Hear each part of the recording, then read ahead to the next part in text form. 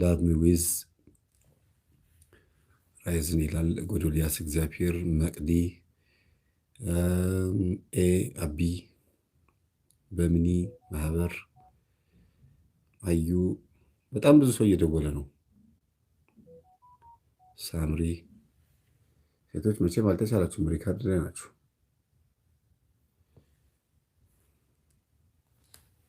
በጣም በፍጥነት ነው የሚሄደው፣ እንድታዩት እፈልጋለሁ እንዴት እንደሚፈጥን ይሁት። አንድ ሰው መስመር ላይ ገብቷል፣ ግን የትኛው ይሻላል? በህልማችሁን ብትጽፉ ነው የሚሻለው? እሺ ገባ ገባ እስከምትሉ 1000 ምናምን ሰው እስከሚገባ ድረስ እኔ እዚህ ጋር እያየሁኝ ህልሙን ልሄድበት። እስቲ ረዘም ያለ ህልም ላይ፣ ምክንያቱም ስትጽፉት ነው የምንግባባው። እሺ ናቲ፣ በር ሲከፈት ህፃን በር እየሮጠ ይመጣና እሱን ስጣራ ከግቢ ስወጣ ከሰፈር በጣም በጣም ነው የሚያምረው ቆንጅዬ። ስትጽፉ ባካችሁን አስተካክላችሁ ጻፉ። አጎቴን የሚመስል ህፃን ልጅ በርቀት አየሁኝ። ይህ ልጅ ወንድሜ መሰለኝ፣ ግን እኔ የረሳሁት። ከዛ አቢና ብዬ ጠራሁት። ወደ እኔም እየመጣ መንገድ ላይ አንዲት ጋሪጣ አይቶ እሷን ሲነቅል ጎረቤት ና እንጂ ስል ስመታው ተወው ብሎ አቆመ ይላል። እንግዲህ ጆን ቲዩብ የሚባል ነው። ምን በችኮላ ይጻፈው እንዴት ይሁን አላውቅም፣ ብቻ የተወሰነ ገብቶኛል። ጋሬጣ ማንሳት ወይም ጋሬጣ መንቀል በጣም ጥሩ ነው። መተት ብዙ ጊዜ ከኛ ውስጥ ሲወጣልን የምናየው ወይም የሆነ መንፈስ እንደወጣልን የምናየው ብዙ ጊዜ ከኛ የሆነ ነገር ተነስቶ ሲሄድ፣ ሰዎች ጠጡ ብለውን ልንጠጣ ወይም ልንበላው ስንል ላዩ ላይ መጥፎ ነገር አይተንበት ከደፋ ነው። ከሰውነታችን ውስጥ አላስፈላጊ የሆኑ ቆሻሻዎች ሲወጡ፣ ሾክ ስንነቅል ምናምን ካየን መተት ወይም እርኩሳን መናፍስት ከኛ ውስጥ ሰዎች ያደረጉብን እየወጡልን ነው። ዛር ከሆነ እባብ መስሎ ሲሞት ስንቀጠቅጠው፣ ዘንዶ ስንመታ ነው የምናየው። ዛር አብሮ የተወለደ ከሆነ ከሰዎች የመጣ ከሆነ ግን በምግብ በተለያዩ በእንስሳት ስላችሁ በነፍሳት ይሄ በረሮ፣ ትላትል ምናምን እንደዚህ በመሰለ ደም በዚህ ከሰውነታችን ሲወጣ ካየን መተት ነው። ልዩነቱን እንድታውቁ ትፈልጋለሁ። እሺ ሌላ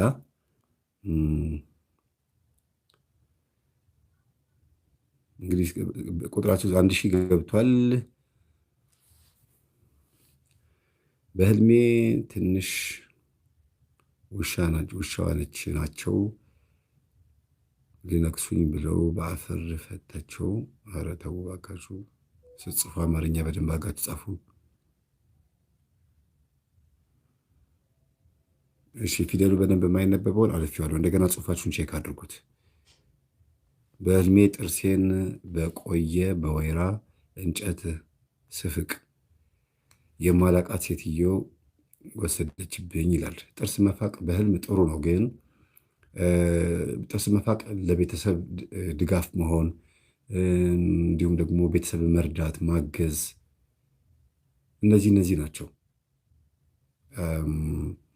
ግን ደግሞ ከዛ ጎን ለጎን መፋቂያው የወይራም ይሁን የምንም ይሁን ብቻ ጥርሳችን እያጸዳን ከሆነ ያው የተለመደ ነው።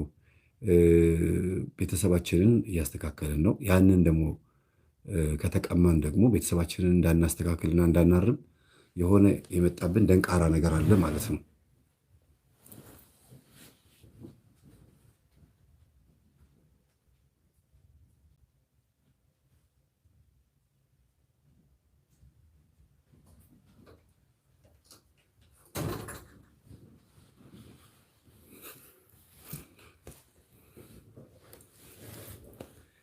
እሺ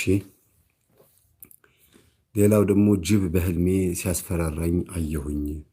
ቶሎ ቶሎ መፍታት ስላለብኝ ነው እንጂ አሁን ቅድም የጻፈችው የጥርስ መፋቂያ መመለችው በጣም ጥሩ ነገር ነው።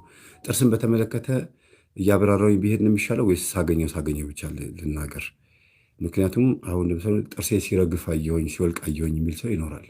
ወይም ጥርሴ ሲበቅልልኝ አየሁ የሚመስል እንደዚህ አይነት ነገር ልታዩ ትችላላችሁ። እና በዛውም እያዳረስኩኝ ብሄድ ይሻለኛል። ጥርስ መውለቅ ከቤተሰብ መካከል አንድ ሰው ይሞታል። ያው ከተነቃነቀ ይታመማለው፣ ከወለቀ ደግሞ ይሞታል ነው። ግን እንደ ጥርስ በጣም ጠንካራ የሆነ የሰውነታችን ክፍል ስለሆነ በጣም ከባድ ነገር እናጣለን። በህይወታችን ውስጥ ከባድ ቻሌንጅ ይገጥመናል ማለት ነው። እሺ፣ ጅብ በህልሜ ሲያስፈራራኝ አየሁኝ ይላል። ጅብ የቡዳ መንፈስ ምልክት ነው። በህልም ጅብ ከመጣ በአጠቃላይ በንብረታችን ላይ፣ በልጆቻችን ላይ እና በህይወታችን ላይ ነጣቂ ሆኖ የመጣ በርቀት የሚከታተልን ጨለማን ተገን አድርጎ ወይም ደግሞ አድፍጦ ቀን ጠብቆ ሊያጠፋን የሚፈልግ ምቀኛ እንደተነሳብን ማሳያ ነው። በአጠቃላይ የቡዳ መንፈስና የምቀኛ የሰላቢ መንፈስ ምልክት ነው። እሺ፣ ቀስ እያልኩ ልሄድ። እንግዲህ በቅደም ተከተል ካልሄድኩኝ አስቸጋሪ ነው።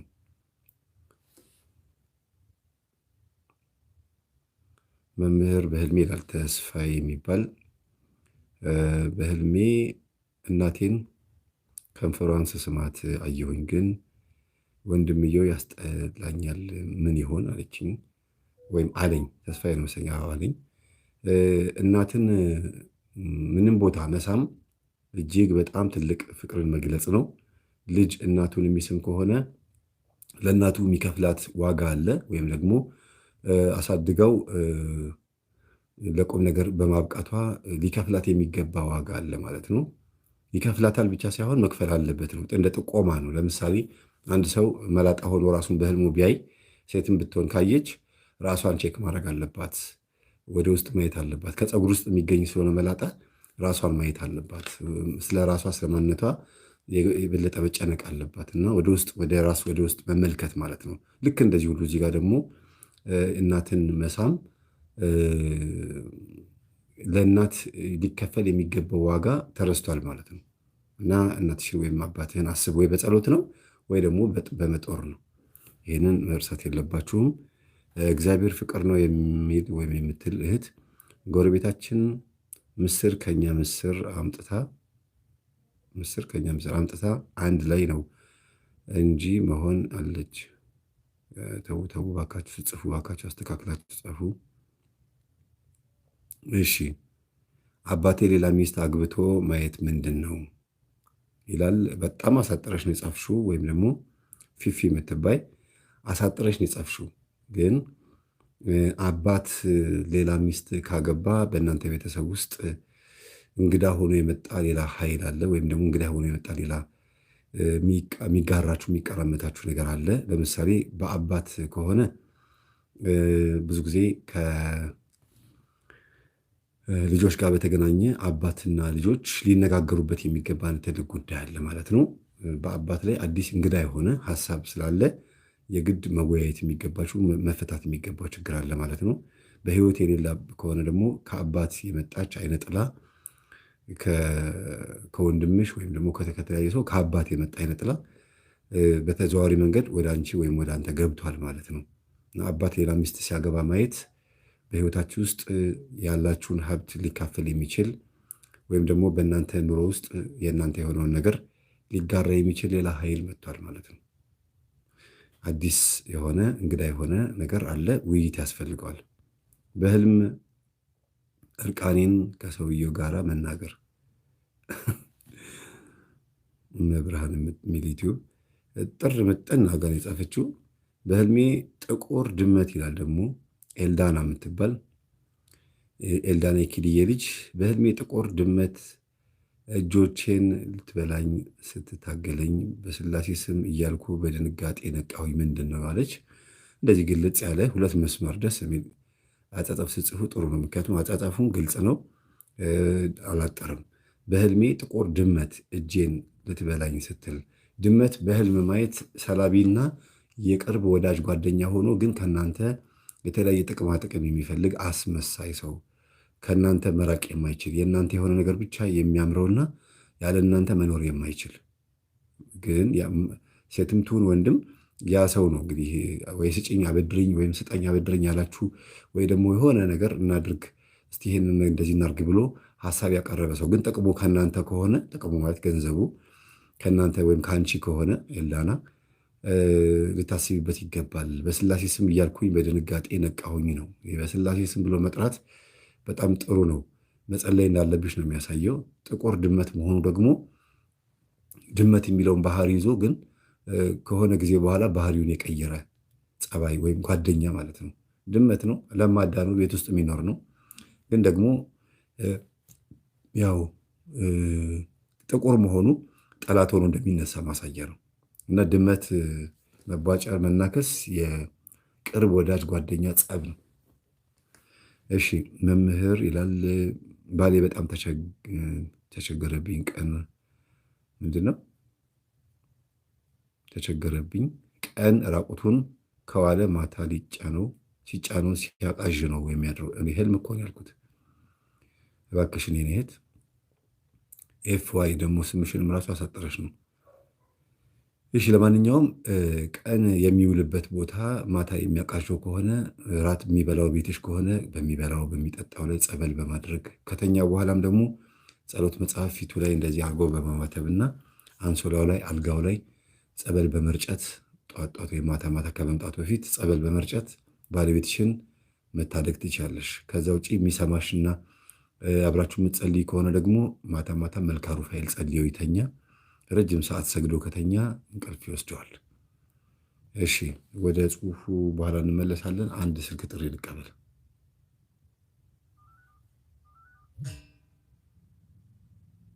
ሄሎ ሄሎ ሄሎ። ሰላም ሰላም፣ እንዴት ነሽ? እግዚአብሔር ይመስገን። መምህር አለሁ። እግዚአብሔር ይመስገን ሰላም ነኝ። ይቅርታ ጫጫታ አለ መሰለኝ ትንሽ፣ ያው የሰው ቤት ነገር ስለሆነ ነው። እሺ እንዴት ላርግ? እንዴት እንቀጥል ወይስ እንቀጥል? ችግር የለውም እንቀጥል። እኔ እንኳን እግዚአብሔር ይመስገን ትምህርቱን ቦታ መቀየር ትችላለሽ? ይቅርታ። አዎ ይኸው ቀየርኩ። ይሰማል አሁን? እሺ ትምህርቱን መከታተል ከጀመርኩ ትንሽ ዘግየት ብያለሁ። በህይወቴም እግዚአብሔር ይመስገን እሺ እንኳን ደህና መጣሽ። እያገኘሁኝ እግዚአብሔር ይመስገን። ይቅርታ ሳላስበው ስለገባው ትንሽ እንደንግጫለሁ። ችግር የለውም። ወደ ጉዳያችን ንግባና ያው የህልም ስለ ህልም ነው የምናወራው። የምትነግሪኝ ነገር ካለ ንገሪኝ። ህልም በተደጋጋሚ የማየው የሆነ መልኩን የማላውቀው ሰው ነው እና አጭር ነገር ነው የሚሰጠኝ። አሁን ከዚህ በፊት ብዙ ጊዜ እኔ ምንድነው ጸልያለሁ፣ ጾማለሁ፣ ሰግዳለሁ። ጾም ላይ ግን በተለይ ሮብ፣ አርብ ምናምን ጾም ላይ የሆነ በቃ ምግብ ላይ በጣም ያንቀዠቅዠኛል።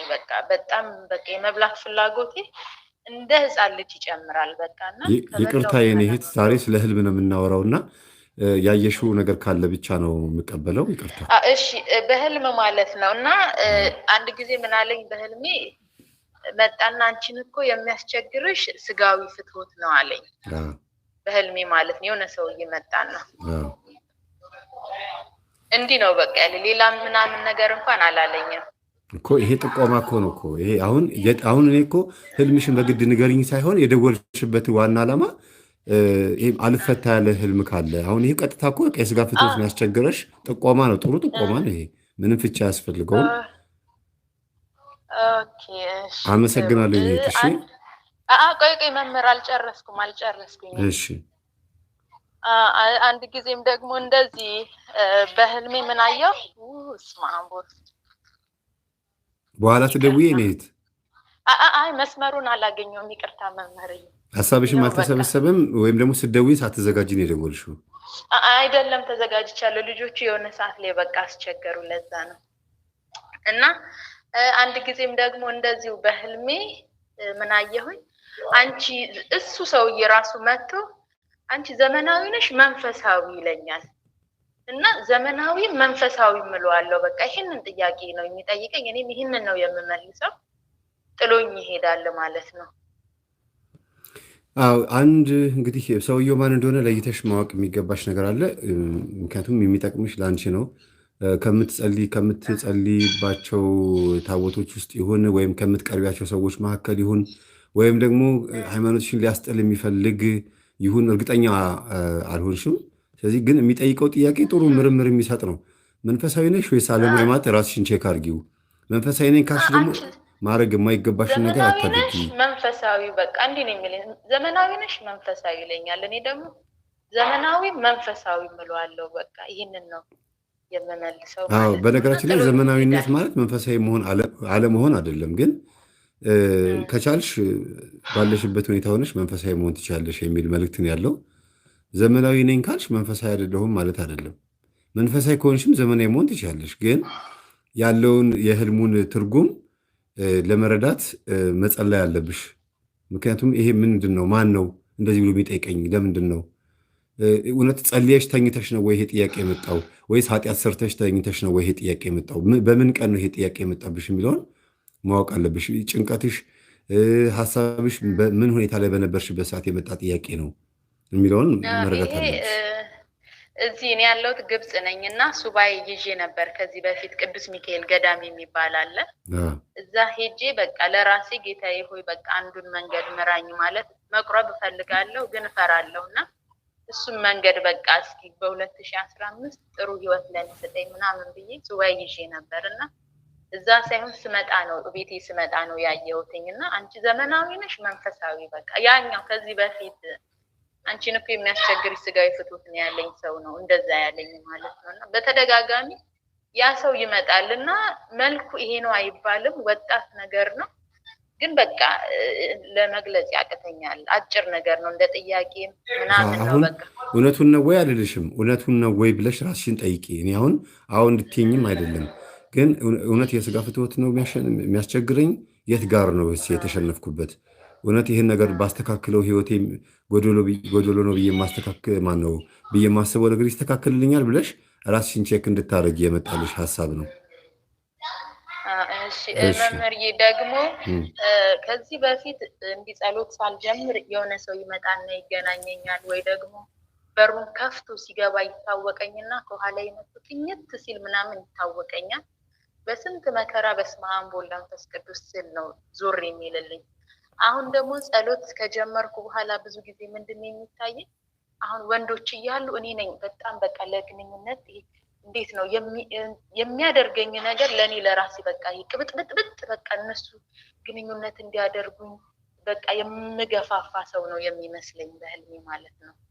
በቃ ቅይርይር በቃ አክሽኔ፣ ስታይሌ፣ ሁሉ ነገር ይቀየራል በህልሜ። ከእነሱ ጋር እኔ ነኝ መገናኘት የምፈልገው። እሱን ነው ደግሞ እያየሁ ያለው አሁን። ማለት ተከታታይ የሆነ ነገር ነው ብዙም አይደለም ግን አልፎ አልፎ እንደዛ። በፊት አልፎ አልፎ ሲገናኙ ነበር የሚያሳየኝ። አሁን ደግሞ እኔ ነኝ ለመገናኘት ፍላጎቱ ያለኝ። በቃ በጣም አክሽኔ ይቀየራል፣ ስታይሌ በቃ እንዴት እንደሚያደርገኝ በቃ በጣም ይገርመኛል። በህልሜ ላይ የማየው መቅበጥበት ማለት ነው። ይሄ ከተለያዩ ወንዶች እንግዲህ ፎቶሽ ያንቺ ከሆነ ከማየው አንጻር በዝሙት መልክ የሚፈልጉሽ ወንዶች ይኖራሉ እና ከነዛ የመጣ መንፈስም ይኖራል። ለጋብቻም ምንም እንግዲህ የተለያየ ሀሳብ ያላቸው የተለያዩ የዛር መንፈስ ያለባቸው ከመናፍስት ጋር በተገናኘ ሆን ብለውም የሚያመልኩ የዝሙት መንፈስ ያለባቸው የቡዳ መንፈስ ያለባቸው ካለባበስሽ አንጻር ይገባል እና የእነሱ መንፈስ ነው። በነገራችን ላይ በህልምሽ መጥቶ የሚገናኝሽ ከሆነና የሚያባርርሽ ከሆነ ይኸው መንፈስ የሚያባርርሽ ከሆነ የሆነ ጊዜ ላይ የኖርሹ ላይፍ እና ከዛ በኋላ የተውሹ ላይፍ ነው ስትታዩ እና መንፈሳዊ ሕይወት ስትገቢ ያ መንፈስ ከዛ ሰው ጸባይ እና ከዛ ሰው ማንነት አንጻር ከፍላጎቶቹ አንጻር መጥቶ ያሳድዳል።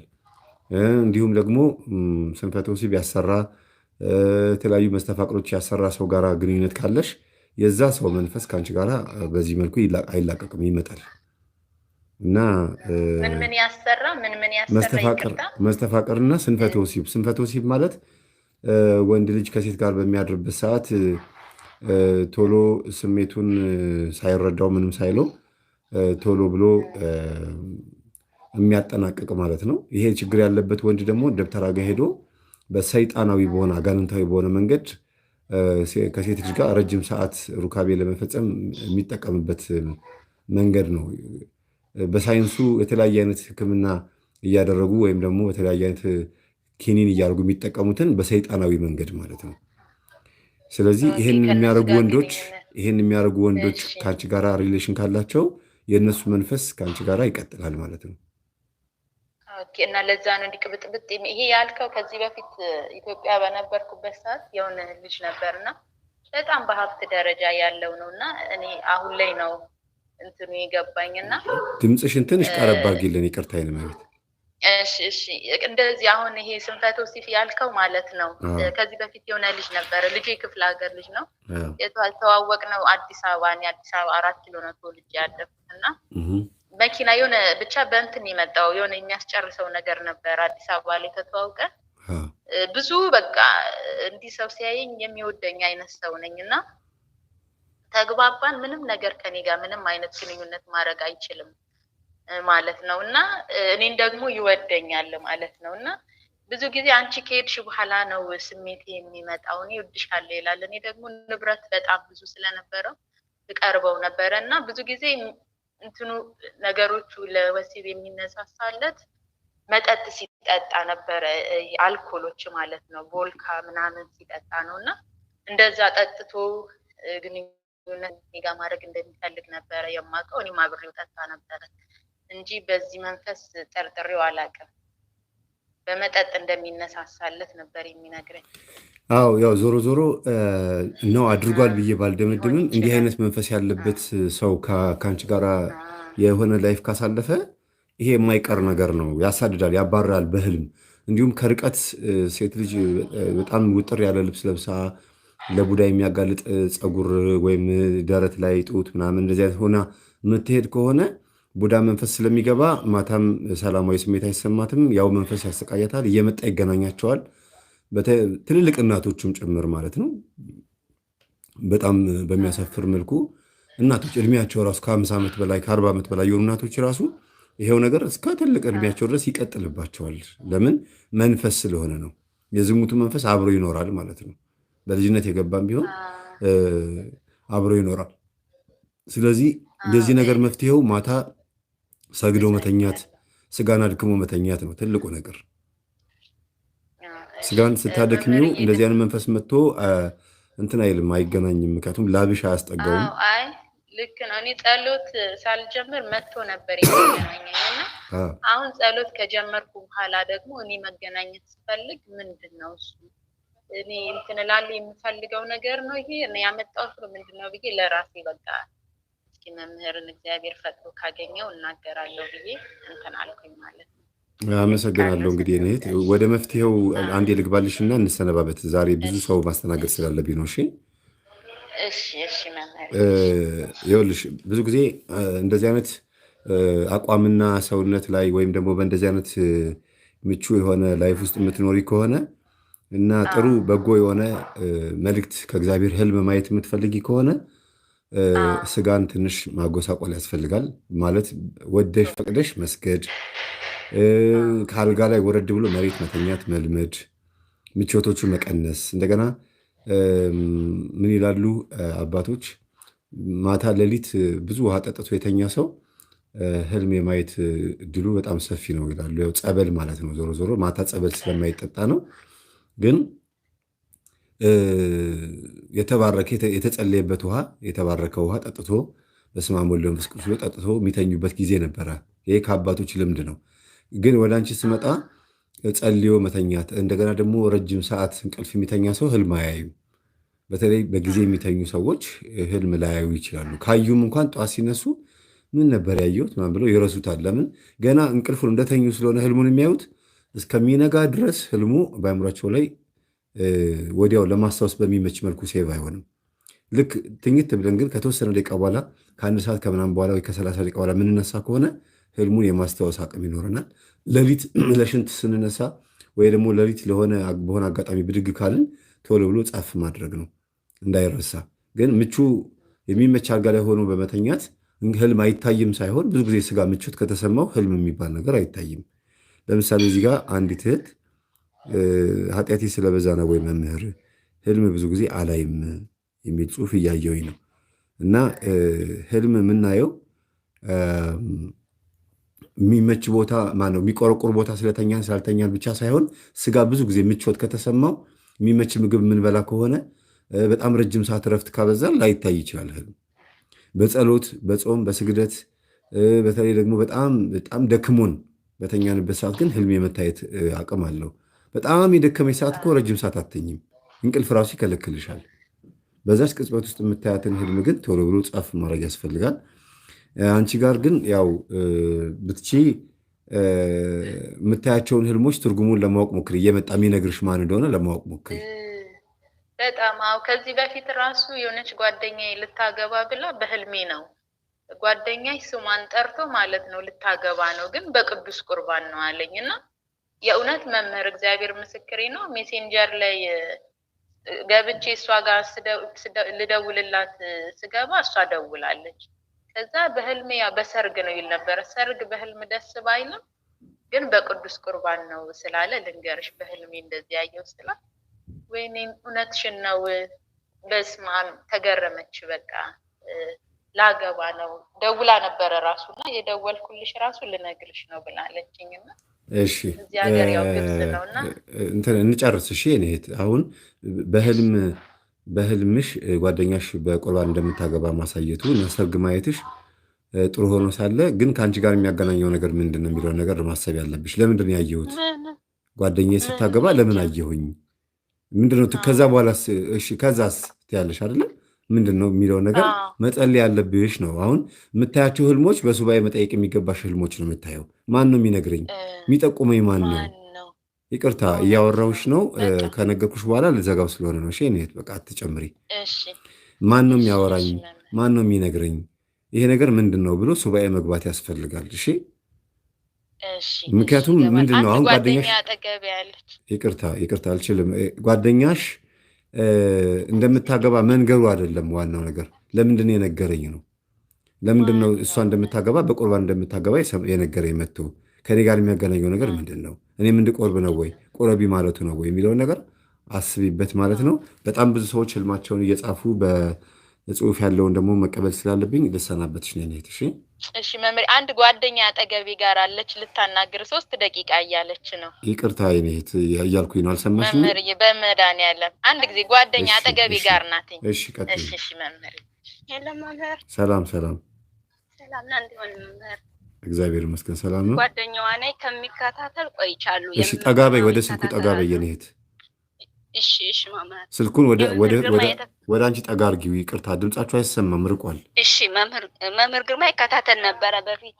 መምህር ይሰማል አሁን? አዎ። እና እኔ ብዙ ችግር ደርሶብኛል በፊት እዚህ ሀገር 7 ጊዜ ኮሞት ቀርቻለሁ ነው የሚባለው። ብዙ ጊዜ ኮሞት ይከታተለኛል እና ስደት ከመጣሁ 7 ጊዜ ኮሞት ድኛለሁ። በፊት ሳል በእውን ማለት ነው 7 ጊዜ ኮሞትኛለሁ በፍቅር ጸደፍ እና ከዛ ደግሞ ባህር ውስጥ መኪና ተከታታሉኝ ማለት ነው። ስድራ ቤታችን ምን እንዳለ አላውቅም። ልጅ ነኝ፣ በልጅነቴ ነው የተሰደድኩት። ሀገር ቤት ግን ቤታችን ውስጥ ዘንዶ ይገድላሉ። እኔና በሳር ነቃጥለዋለን። ዘንዶ ተከታታይ ያልማሉ። ዘንዶ ይገድላለን። ይሄ ነው ቤታችን። አዎ አንድ ይሄ ነው። ሁለተኛ ደግሞ ቆይ እንዴት ነው ሁለት ህልም በአንድ ጊዜ አይነገርም እኮ። እሺ ማለት ዘንዶ፣ እባብ፣ ውሻ ሲጮህብን ወይም ደግሞ ስንገድል ካየን ዛር መንፈስ ነው። የቤተሰብ ባዕድ አምልኮ የሚመለክ ባዕድ አምልኮ ነው። ስለዚህ ሲያባርረን ወይም ደግሞ ሊነክሰን ሲመጣ ሲነክሰን ካየን የሆነ ችግር ሊፈጥርብን ወይ ጉዳት ሊያመጣብን ስለሆነ ጥንቃቄ ማድረግ እንዳለብን የሚያሳየው። ውሻ እንደዚሁ ደግሞ አንዳንድ ጊዜ በሁለት መልክ ይገለጻል። የዝሙት መንፈስም ነው ውሻ፣ እንደገና ዛርም ሆኖ የሚገለጥበት ጊዜ አለ። እንደ ሁኔታው ነው፣ እንደ ከለራቸው ነው። ስለዚህ ዘንዶውን በህልም ማየት የቤተሰብ ባዕድ አምልኮ ይመለክ የነበረ ቤተሰብ ውስጥ ካደጉ ወይም እንደዛ ከሆነ ያንን እንደገደሉት እንዳሸነፉት ወይም ደግሞ መግደል ማሸነፍ እንዳለብን ወይም ደግሞ የዲያብሎስን ስራ ከኛ ውስጥ በንስሐ የሚሆን በጸበል ማስወገድ እንዳለብን ማሳያ ነው። እሺ መምህር፣ ሁለተኛ ደግሞ ለቤተ ክርስቲያን ጭቃ ውስጥ ይገባሉ እና የሆነ ነገር ኢላ ውስጥ እና ከዛ ወጥቼ ነጭ ለብሴ የቁርባን የሚቀርቡበት ቤተክርስቲያን ነጭ ለብሴ ሚካኤል ቤተክርስቲያን ታዲያ ሁለተኛ ጊዜ ያለው ማለት ነው። ከዛ ቁርባን ሲቀበል ነው። ይሄ በጣም ጥሩ ነገር ነው። ቁርባን መቀበል ማለት ስለ ነፍስ ጉዳይ ዘላለማዊ የሆነውን ህይወት ማሰብ እንዳለብሽ እና ብዙ ጊዜ በህልም መቁረብ ማለት በእውን ቀጥታውን ሄደሽ ንስሐ ገብተሽ ቁረቢ ሳይሆን ስለ ዘላለማዊ ህይወት ማሰብ እንዳለብሽ እና ምድራዊ ነገር እያሰብሽ ስላስቸገርሽው ይሄም አለ ይሄንንም አስቢ የበለጠውን አብላጫ ያለውን ነገር አስቢ ማለትም ጭምር ነው እና ብዙ ሰዎች ከበሽታቸው ለመዳን ጸበል ቦታ ወይ ጸሎት ምናምን ብዙ ነገር ሊያደርጉ ይችላሉ እና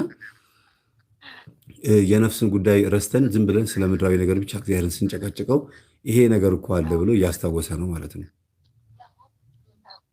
እንደዛ ነው። አመሰግናለሁ።